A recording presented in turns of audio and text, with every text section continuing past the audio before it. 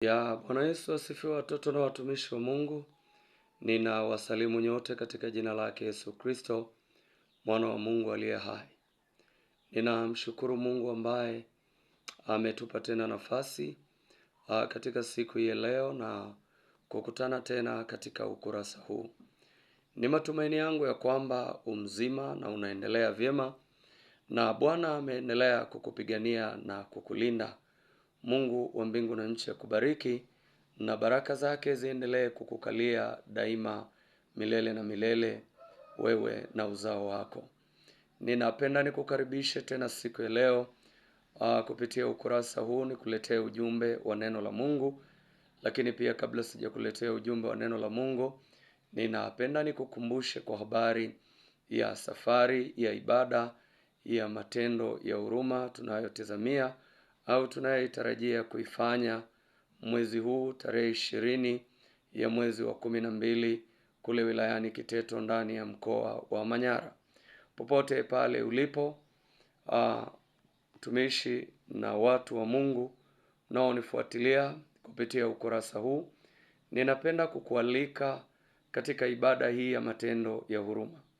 Ibada ya matendo ya huruma ni ibada ya kuwakumbuka wasiokumbukwa. Haijalishi kwamba wana watu duniani au hawana watu. Ninapozungumzia watu wenye watu, maana yake wanaweza wakawa na wazazi, wanaweza wakawa na ndugu, wanaweza wakawa na marafiki. Ni wazazi ambao wanaweza pia wakawa na watoto, lakini hawakumbukwi kwa namna moja au nyingine. Na hawakumbukwi kwa sababu wako wapi. Tunazungumza kwa habari ya kwenda kuwatembelea wafungwa walioko magereza pale Kiteto. Tunazungumza kwa habari ya kuwatembelea watoto yatima walioko kwenye kituo cha watoto yatima pale Kiteto. Lakini vile vile tunazungumza kwa habari ya kuwatembelea wagonjwa ambao tutawakuta katika nyakati na majira hayo katika hospitali ya wilaya pale Kiteto, na tunakusudia kufanya mambo yafuatayo. Pale hospitalini tunakusudia kwenda kuchangia damu na kupeleka vitu mbalimbali kama matunda, sabuni kwa wagonjwa walioko pale. Kwa nini tunachangia damu?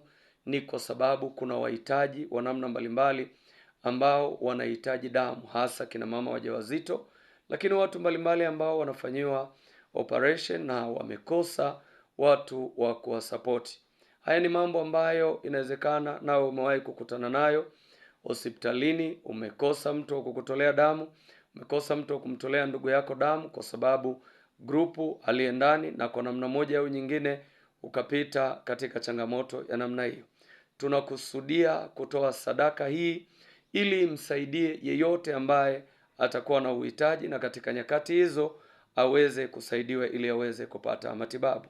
Lakini kule kwa watoto yatima tunakusudia kwenda kuwatembelea na kuelekea Christmas hii tupeleke kile ambacho Mungu atakuwa ametusaidia kutoka kwako na kwangu kimepatikana, kama ni mavazi na vyakula, tukawatie moyo.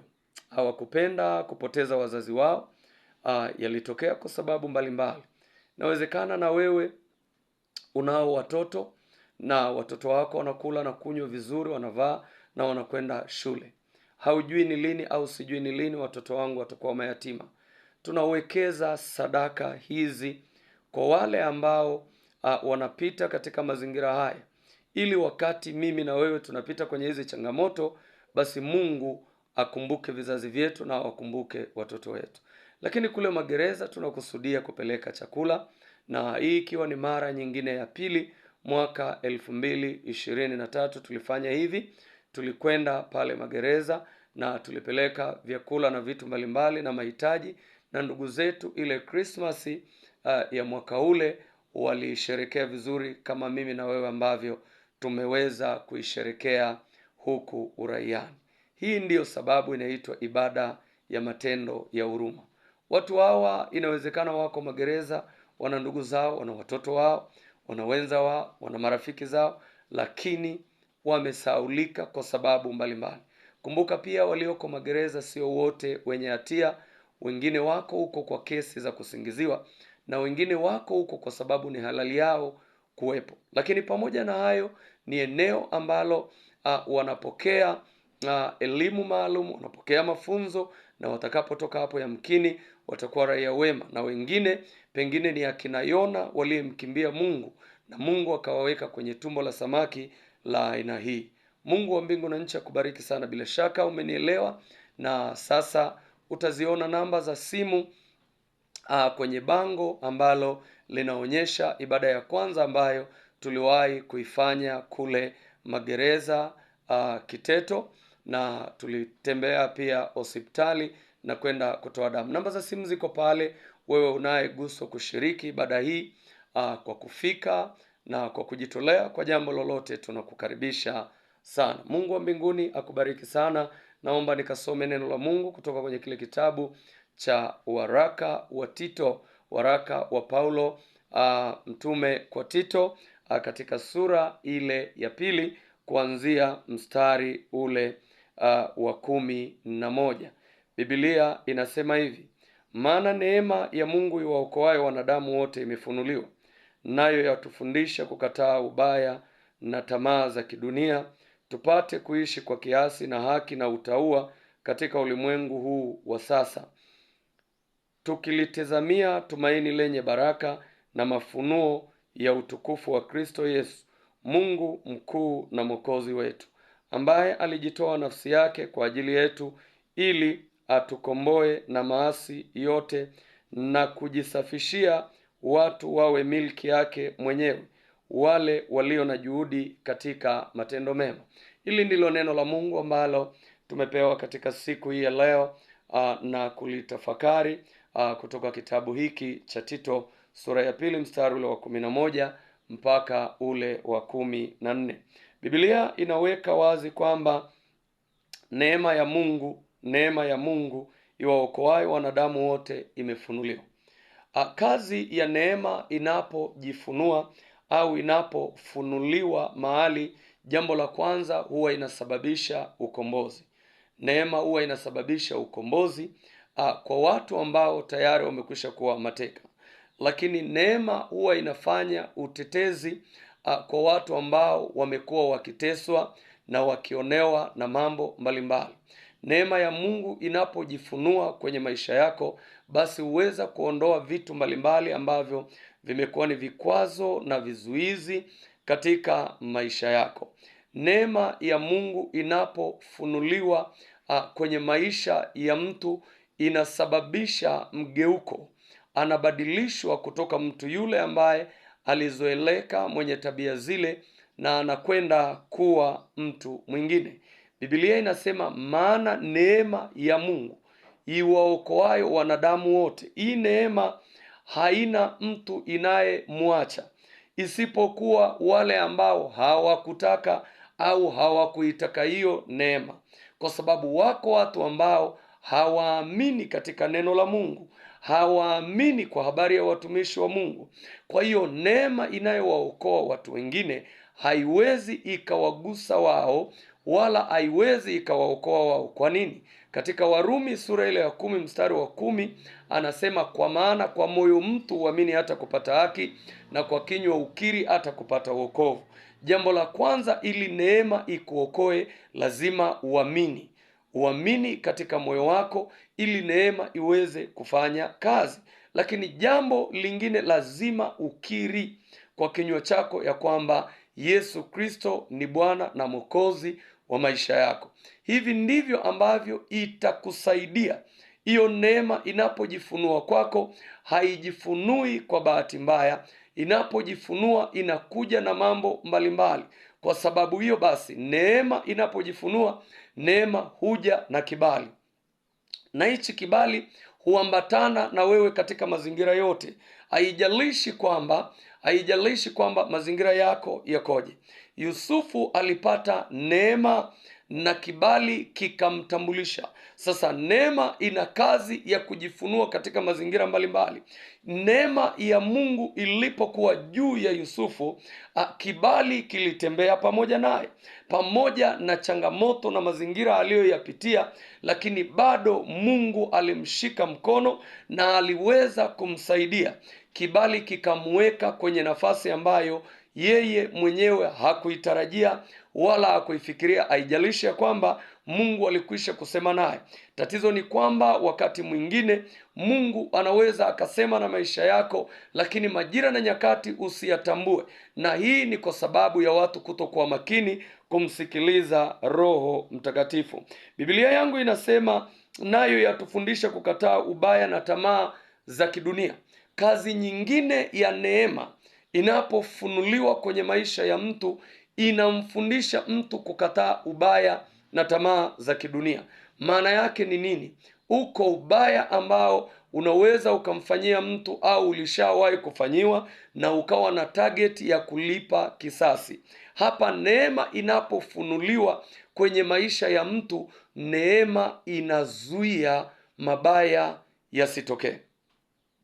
Neema inapofunuliwa kwa watumishi wa Mungu na mafunuo ya kimungu juu ya taifa, juu ya kanisa, juu ya familia, maana yake wanapewa taarifa juu ya uharibifu au juu ya mambo ambayo yanakuja. Biblia inasema nayo yatufundisha kukataa ubaya wa kila namna na tamaa za kidunia. Maana yake ndani ya dunia kunazo tamaa ambazo zinaweza zikakusababisha wewe ukakorofishana na Mungu, wewe ukakorofishana na wanadamu wenzako.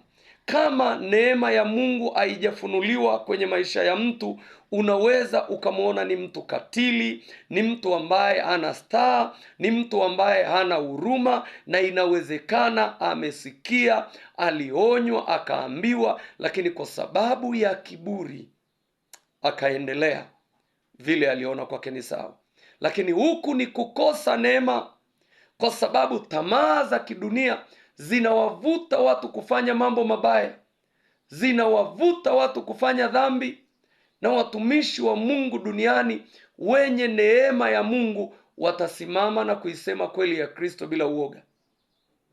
Wataonya.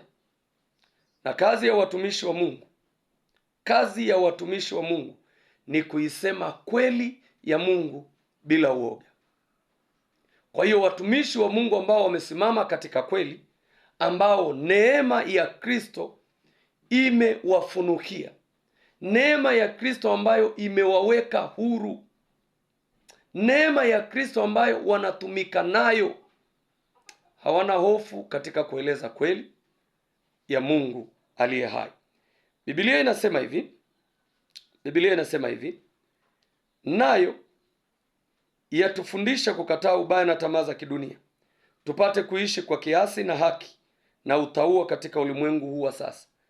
Kazi ya neema ya Mungu nyingine ni kusimamia haki.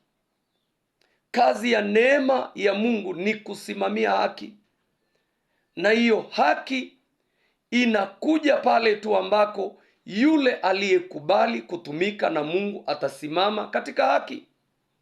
Kazi ya neema ya Mungu, ngoja nirudie hili neno, anasema hivi, tupate kuishi kwa kiasi na haki. Maana yake kazi ya neema pia inakuwekea mipaka, inakuwekea limit ya mambo fulani fulani katika maisha yako. Hata kama ungekuwa na uhitaji wa kiwango gani, lakini kuna mahali neema inakuwekea mipaka. Lakini inazungumza habari ya haki. Kama inazungumza habari ya haki, na hata ukirejelea ile Mithali sura ya 14 mstari wa 34, anasema haki huinua taifa, bali dhambi ni aibu ya watu wote. Kwa maana ya kwamba haki ina kazi ya kuinua vitu mbalimbali ambavyo viko chini. Na sisi wa Kristo tunaoongozwa na Biblia, na mimi ninachoamini, haki mahali popote ikiwepo, amani itakuwepo. Sasa kama Biblia inasema haki huinua taifa, bali dhambi ni aibu ya watu wote, maana yake dhambi inapotokea kwenye taifa, dhambi inapotokea kwenye familia, dhambi inapotokea kwenye kanisa, ni ya watu wote. Unaona, kazi ya neema inasimamia mpaka haki, tupate kuishi kwa kiasi. Anasema na haki na utauwa katika ulimwengu wa sasa, tupate kuishi kwa kiasi. kuna watu kwa kutokutaka kuishi kwa kiasi wamewageuza baadhi ya wanafamilia wao kuwa ngazi na daraja la wao kwenda kule wanakoona inafaa kwa kuwatoa kafara. Biblia inasema hivi katika mstari ule wa 13, tukilitizamia tumaini lenye baraka na mafunuo ya utukufu wa Yesu Kristo, Mungu mkuu na Mwokozi wetu. Kazi ya neema inatupa tena kungoja, kusubiri kwamba tunatazamia tumaini lenye baraka na mafunuo. Na hii ni kwa sababu katika ulimwengu tulioko tunasafiri, tunapita, tunakoelekea ni kwa Baba yetu. Yesu alisema mimi ndiyo njia ya kweli na uzima, mtu hata kuja kwa Baba asipopita kwa mimi. Hayuko mtu atakayefika kwa Mungu kama akuokoka au akupitia kwa Yesu. Sio maneno yangu, ni Yesu Kristo mwenyewe alisema. Biblia inasema ambaye alijitoa nafsi yake kwa ajili yetu ili atukomboe na maasi yote. Kazi ya neema inatuonyesha kitu ambacho Yesu alikuja kufanya hapa duniani, ya kwamba alijitoa nafsi yake akafa ili atukomboe. Ninachofurahi siku zote, Yesu peke yake ndiye aliyesema nitakufa na siku ya tatu nitafufuka, na ikawa hivyo. Hakuna nabii, hakuna mtume, hakuna yeyote aliyekuja kama mtumishi wa Mungu akasema atakufa na kufufuka kwa sababu amekuja kukomboa ulimwengu. Hayupo. Hayupo. Ni Yesu Kristo peke yake. Kwa hiyo Biblia inasema ambaye alikuja akajitoa nafsi yake kwa ajili yetu ili atukomboe na maasi yote. Sio maasi kidogo, yote. Hakuna dhambi ambayo inafaa ibaki kwenye maisha yako. Dhambi zote unapotubu unakwenda kusamehewa. Kama alikuja atukomboe na maasi yote, ili iweje? Na kujisafishia watu wawe miliki yake mwenyewe, wale walio na juhudi katika matendo mema. Kwa hiyo kama neno linasema ni wale walio na juhudi katika matendo mema, basi wako watu wasio na juhudi katika matendo mema. Ni maombi yangu kwa Mungu aliye hai, neema yake Yesu Kristo iliyofunuliwa ikupe na wewe sababu ya kuwa na juhudi, ya kuwa na matendo mema katika nyakati na majira tulio nayo siku hizi za mwisho. Biblia imekuwa ikituonyesha wazi na dalili mbalimbali na ishara ya kwamba Yesu yuko karibu kurudi. Anaweza akarudi kibinafsi kwenye maisha yako, lakini anaweza akarudi kama alivyosema, kwa sababu dalili na matetesi yanaonekana. Sikiliza mwana wa Mungu, neema ya Mungu imekuja kutukumbusha ya kwamba tunaishi katika ulimwengu uliojaa changamoto, vita za namna mbalimbali. Tunahitaji usaidizi wa kimungu ambao tayari alikwisha kuileta.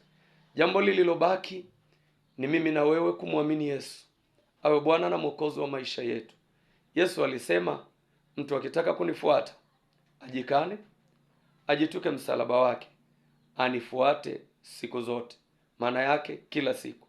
Kwa hiyo unapobeba msalaba wa imani, unapobeba msalaba wa kuishi maisha ya utakatifu, unapobeba msalaba wa kumwamini Yesu, basi unapaswa kumfuata siku zote. Mungu wa mbingu na nchi akubariki. Mungu wetu na Baba yetu, ninakushukuru.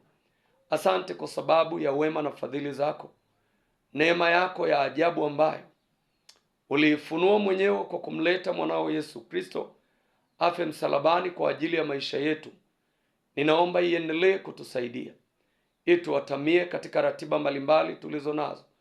Tunajua ya kwamba tunaishi katika ulimwengu uliojaa changamoto na vita za namna mbalimbali, kupingwa, kuzuiliwa, kukataliwa kwa sababu mbalimbali. lakini Bwana, neema yako ina kawaida ya kukitoa kibali, na kwa hiyo neema tunasonga mbele, kwa sababu kibali kinatupa malango ambayo hatukuyatarajia wala hayakutarajiwa. Ninakushukuru kwa ajili ya watoto na watumishi wako.